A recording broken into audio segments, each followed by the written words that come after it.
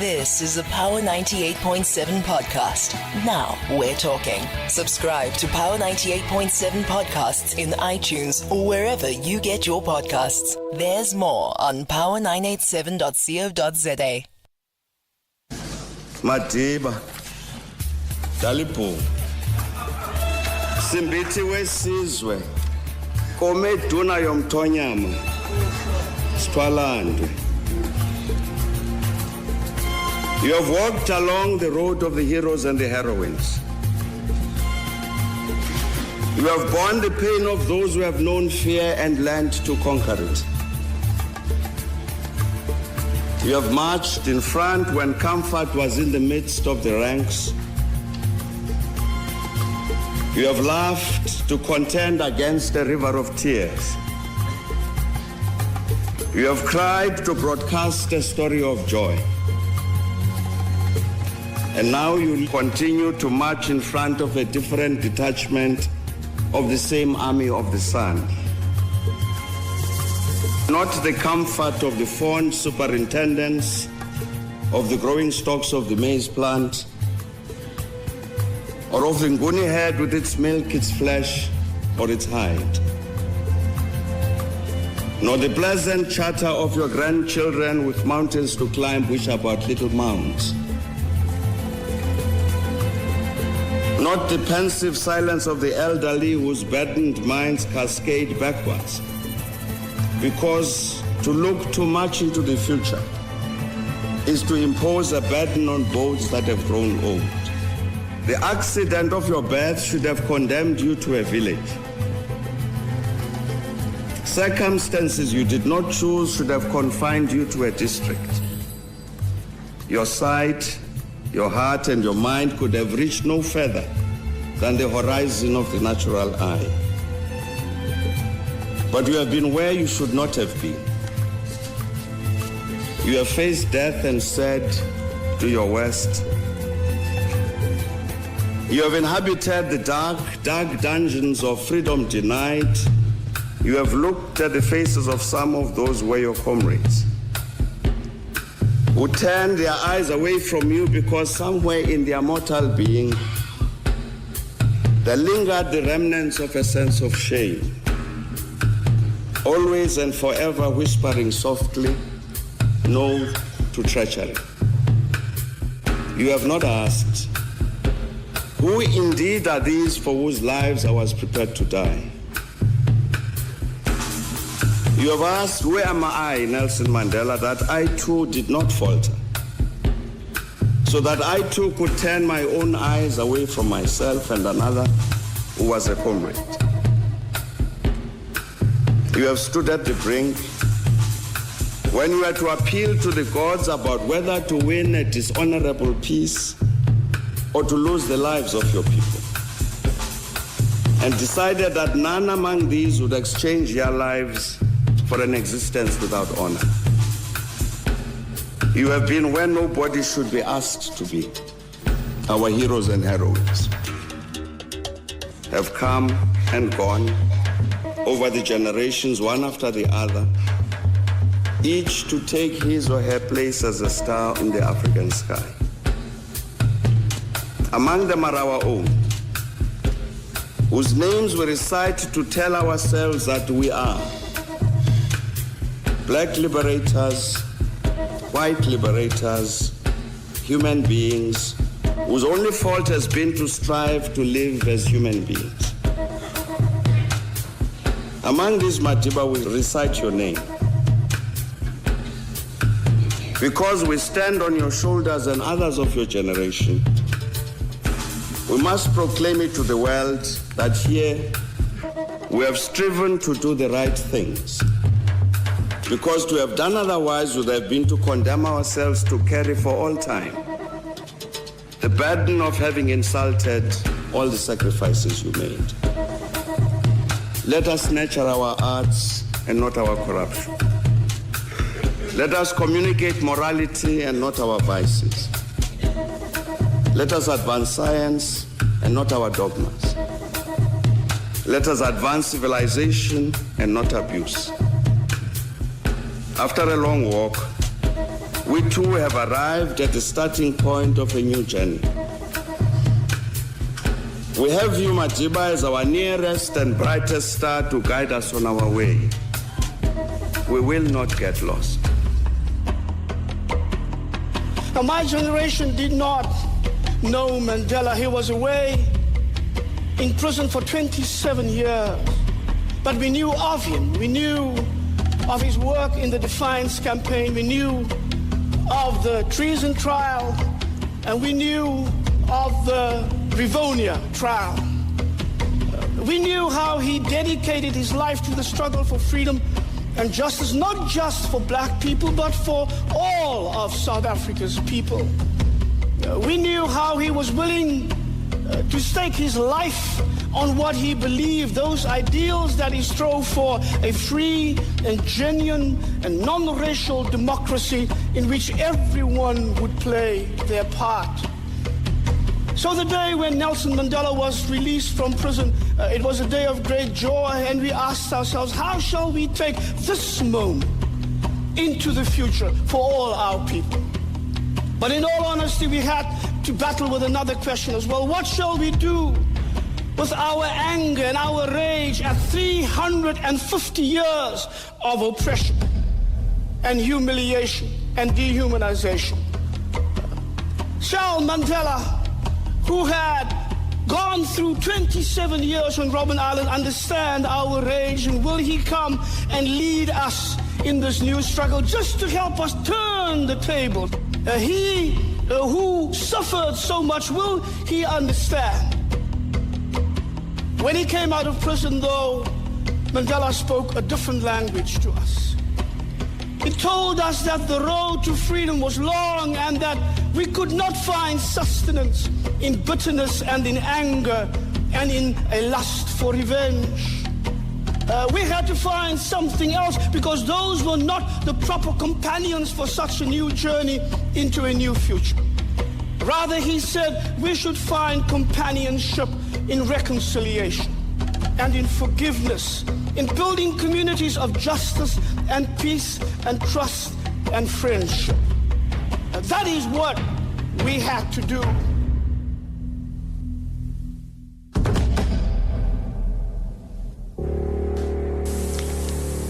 Dear friends, nothing is permanent except to change itself. Our world is transforming itself in front of our very eyes. All the truths are being swept aside by a breathtaking tide of events which is sometimes difficult to comprehend. Established states and social systems are demonstrating a fragility and an ephemeral quality which the most incisive intellectual inquiry could never convey with the fullness of the drama which life itself provides. Clearly, a new world is being born. But what world shall it be? We too must say that our nation shall have a new birth of freedom, and that government of the people, by the people, for the people, shall not perish from the earth.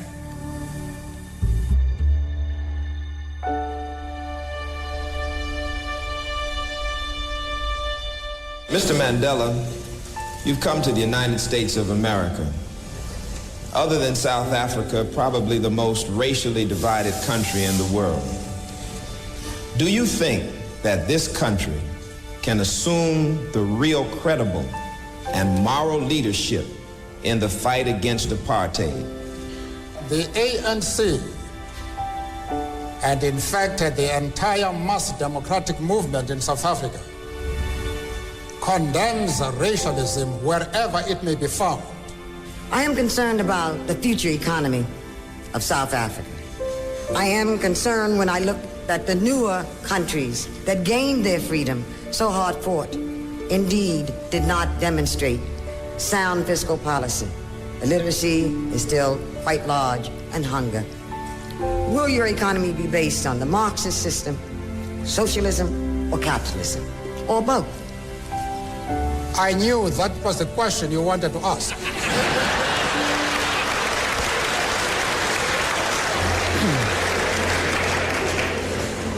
I am happy that you have had the courage to put it directly. We are not concerned with models. We are not concerned with labels. We are practical men and women whose solutions are dictated by the actual conditions existing in our country. We do not care whether the cat is black or white, as long as it can catch mice. I wonder, how does a man spend 27 years in prison, put there by an oppressor, and come out of that experience with not a heart of stone, not a cold heart, but a heart that is willing to forgive and embrace? So at what point did you see the value of letting go of the hatred and begin the process of talking? If I had not been to prison, I would not have been able to achieve the most difficult task in life, and that is changing yourself. I had that opportunity because in prison, you have what we don't have in our work outside prison. The opportunity to sit down and think. During this 27 years, I mean, babies are born, people come into the world who've never heard you. You became almost a man of mythical proportions. Do you find it difficult to live up to that myth? That is one of the things that worried me, to be raised to the position of a semi-god. Because then you are no longer a human being. Right. I wanted to be known as Mandela, a man with weaknesses, some of which are fundamental. That worried me a great deal. I'm still trying to understand, though. You began the peace talk, and you end up coming out of prison, and there is no bitterness. How is there no bitterness? Well, I hated oppression. And when I think about the past, the type of things they did, I feel angry. But again, that is my feeling. You have a limited time to stay on earth. You must try and use that period for the purpose of transforming your country into what you desire it to be. A democratic, non-racial, non-sexist country. What is your dream of South Africa? What kind of vision does Dr. Mandela have for a country that he's given so much of his?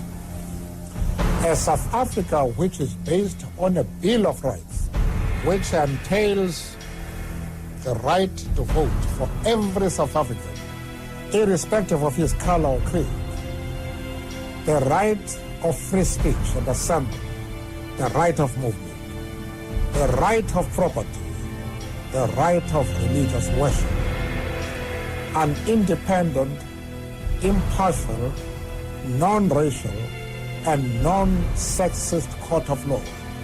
We believe in a multi-party democracy where every political party will be able to canvass its point of view freely and without fear.